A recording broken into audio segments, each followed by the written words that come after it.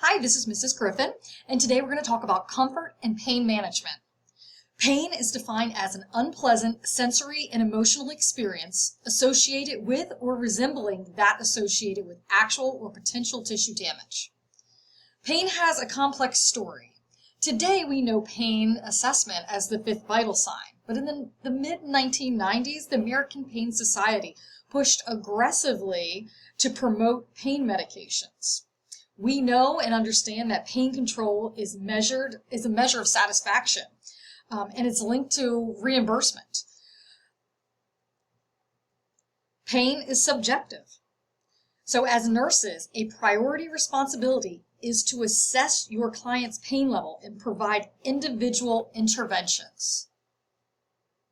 What is pain? Well, pain is one of the most common reasons people seek medical care in the U.S. The pain experience can significantly interfere with a person's quality of life, nearly affecting every aspect. For example, back pain can affect a client's job performance, engagement in social activities, sexual intimacy, sleep, rest, the ability to exercise, and perform ADLs. Pain can cause sleep loss, irritability, cognitive impairment, functional impairment, and immobility, which can all be destructive to the patient and the family. Take a look at this classification of pain chart. We're going to break it down. So by origin, superficial pain, that arises from the subcutaneous tissues. It's touching a hot object or a paper cut. This is short-term pain. Then we have deep somatic. This originates from ligaments, tendons, nerves, blood vessels, and bones. More localized and can be described as achy or tender. So think a fracture or a sprain or even bone cancer. Visceral, this is caused by deep stimulation of deep internal pain receptors, most often experienced in the abdominal cavity, the cranium, or the thorax. It's not well localized, and it can be described as tight, pressure, cramping. So I think of menstrual cramps, labor pain, GI infections, bowel disorders, and organ cancers. Radiating pain, this pain starts at the origin but extends to other locations. So think a sore throat may extend to the ears and the head. Think GERD may radiate outwards and involve the entire upper thorax. Referred pain, and you can see the picture here, occurs in an area that is distant from the original site. So pain from a heart attack may be experienced down the left arm or in the back or jaw. Phantom pain, it's perceived to originate from an area that has been surgically removed. And then we have psychogenic pain. This is believed to arise from the mind. The patient perceives the pain despite no physical cause can be identified. So moving to the next, by the cause. We have nociceptive pain, which occurs when pain receptors, called nociceptors, respond. So think of thermal, so heat or cold. Mechanical, a finger caught in a door or breaking a skin, or chemical, that can be your mucous membranes. And then neuropathic pain. This is complex. It's often chronic pain that arises with injury to one or more nerves, and it's constantly repeated transmission of pain signals, even in the absence of painful stimuli.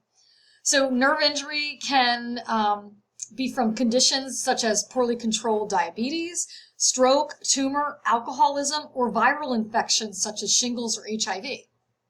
Next, we have by duration. So acute pain, that's short in duration, rapid onset. It can last up to 6 months, per the American Pain Society, and usually associated with an injury or surgery. Chronic pain lasts longer than 6 months and often interferes with daily activities. And along with chronic pain, we also need to think about depression that comes along with it, anger, frustrations, and dependence that comes with that. Intractable pain is both chronic and highly resistant to relief. This should be approached with multiple methods of pain relief. And we're going to talk about description of pain a little bit later in this PowerPoint. So question. It is most important for the nurse to understand the various ways in which pain is classified so they can take a moment and think about this. You can pause this video. However, the correct answer is C. The correctest answer is C. So think about different modalities are used in the treatment and management of pain and are often based on how the pain is classified. So we want to make sure as nurses, as RNs, that we develop that effective pain management plan. Let's break down assessing pain. So we're going to start with location. Ask your patient, where is your pain? Does it radiate anywhere else? And ask the client to use the one finger point method so they can put it exactly where they're having pain. Quality. How does the pain feel? Is it sharp? Is it dull? Is it burning, stabbing, pounding, throbbing, shooting? Is it heavy, tight? Get what they're saying. How does it feel? And measuring. There's multiple pain scales. We're most familiar with the number scale, 1 to 10 scale, as you can see here on the slide, with 0 being no pain and 10 being the worst pain you've ever had in your life. Underneath that numeric pain scale, you'll see here, we have the Wong-Baker Faces scale. This needs to be used with children that are 3 years and older. There's also, for infants, the face, legs, activity, cry, and consolability pain scale, and you'll learn more about that in 201. Next, we're moving on to timing. What is the onset, duration, frequency? Ask your client, when did it start? How long does it last? How often does it occur? Is it constant or intermittent? The setting. How does the pain affect your daily life or your ADLs? Ask where you are when the symptoms occur, and does the pain affect their sleep or ability to work? Associated manifestations. Be sure to document fatigue, depression, nausea, anxiety. You want to ask your client what other symptoms that they're feeling when they're having pain. And aggravating and relieving factors. Ask the client, what makes the pain better? What makes it worse? And are they taking any prescriptions or over-the-counter medications? Factors affecting pain response. We could talk about this subject for hours, but let's think about some of the major things. Age, developmental stage, social and cultural influence, a client's emotional status, past experiences with pain, the meaning to them associated with pain, the lack of knowledge about their pain, lifestyle habits, and patient limitations.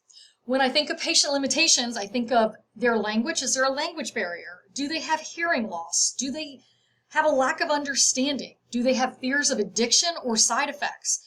And also sensory and cognitive impairment. Responses to pain. So number one, we have the autonomic nervous system. You guys will learn more about this in Mod 3. But we have the sympathetic and the parasympathetic nervous systems. That sympathetic nervous system activates the fight or flight response. And the parasympathetic nervous system restores the body to calm. So think about what's going on. You can see this little visual chart here. The sympathetic nervous system is increasing our blood pressure, increasing our heart rate, dilating our pupils. It may trigger some fear, anxiety, aggression, where the parasympathetic nervous system is responsible for the rest, repair, and healing. So it's counteracting and lowering that heart rate and promoting recovery. We also know that certain behaviors are directly related to a pain response. And activity of daily living. How is your client affected? Body reactions to pain. Let's start with our endocrine system. Ongoing pain triggers excessive release of hormones. Cortisol, antidiuretic hormone, catecholamine, glucagon. We know that these hormone shifts, especially with our insulin, activate carbohydrate, protein, and fat breakdown, which equal hyperglycemia and poor glucose control. Cardiovascular, unrelieved pain leads to hypercoagulation. So that means increased clotting. And an increased heart rate, blood pressure, cardiac workload, and oxygen demand. Increased cardiac workload, along with hypercoagulation, may lead to unstable angina. As far as our muscle skeleton, it's obvious if our patient is not doing well in physical therapy and is not doing well with their activities of daily living because of impaired muscle function, fatigue, and immobility.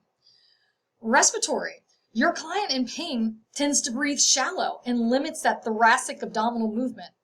This is called involuntary splinting. It reduces the tidal volume. So the tidal volume is air exchanged with each breath. So think of the volume of air that you're breathing in. In the normal adult, that's about 500 mLs. Women are just maybe a little less.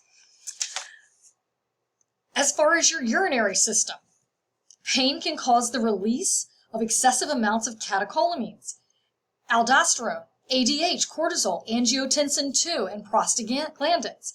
These hormones decrease urinary output, which can cause urinary retention, which lead to fluid overload, hyperkalemia, and hypertension. And finally, the GI system. We know that intestinal secretions and smooth muscle tone can increase, and then gastric emptying and motility decrease. Circling back around to the respiratory, think about these changes with your tidal volume can lead to pneumonia and atelectasis, and hypercarbia, which is retained carbon dioxide, and respiratory acidosis. As nurses, we use many non-pharmacological treatments to help assist our patients with managing their pain. Proper positioning is number one. There may be aromatherapy, distraction, imagery, and you can see other things listed here on the slide as far as TENS, PENS. Surgeons may implant a spinal stimulator, acupuncture, acupressure, massage, and use of heat and cold. You can find all of these in detail in your Fundamentals ATI book under pain management. Okay, pharmacological pain management. So non-opioids, we have our NSAIDs, non-steroidal anti-inflammatory drugs. This includes aspirin, ibuprofen. They act on the peripheral tissues by interfering with the production of prostaglandins. So prostaglandins sensitize pain receptors that are involved with inflammation. No more than 2,400 milligrams a day. Be sure your clients are taking these medications with food or milk to decrease GI irritation. And be careful if your client has impaired or compromised kidney function. There is, of course, an increased risk for bleeding. We do not give aspirin to children because it causes Reye's syndrome, so that's liver and brain swelling.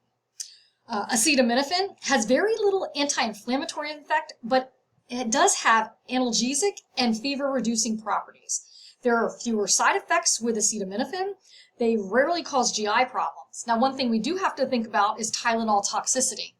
So Tylenol or acetaminophen is contained in over 100 products. So think about Percocet, think about Dayquil. We want to make sure we're doing good client teaching, no more than 4,000 milligrams a day of acetaminophen. There are 4 stages of acetaminophen toxicity. Stage 1 is those preclinical toxic effects. So that's our nausea, vomiting, abdominal pain. The labs may still be normal. Stage 2, liver injury develops. Usually your client's experiencing some right upper quadrant pain. Your LFTs and INR are going to rise at this point. Stage 3, that is when you become hepatotoxic. That's when you're having liver failure, hypoglycemia, and encephalopathy, coma, even death. So there is an antidote to an acetaminophen overdose. It needs to be given 8 to 10 hours. This is your acetylcysteine. In stage 4, that is recovery for those that survive stage 3. We also talk about adjuvants. So this reduces the amount of opioids that a patient requires. These drugs in this category include anticonvulsants, antidepressants, topical agents, muscle relaxants, and corticosteroids. And then, of course, we have our opioids. They can be natural or synthetic compounds to relieve pain. They vary in potency, and they work on finding the pain receptors to bind with and block the pain impulse. Opioid receptors include mu, delta, kappa, and sigma. So here on this slide, you're going to notice this PCA pump. That's patient-controlled analgesia. Your client, it's a 2-nurse check. Your client can have a basal rate and or a bolus. You'll also notice the spinal catheter at the bottom here for an epidural. And in closing, let's discuss. Here's a little mini case study. You are assessing an older adult experiencing intense acute pain related to hip fracture. Her health record indicates documented abuse of prescription narcotics. 1 hour after receiving an opioid dose, she is moaning loudly in pain while rattling the bed rails. She repeatedly calls you for more pain reliever, even though you have already administered analgesics as prescribed. What might you assume about what is going on with this situation? Drop I'd love to know your thoughts, so drop some thoughts and comments in the discussion on D2L. Thanks, and if you have any questions, feel free to let me know.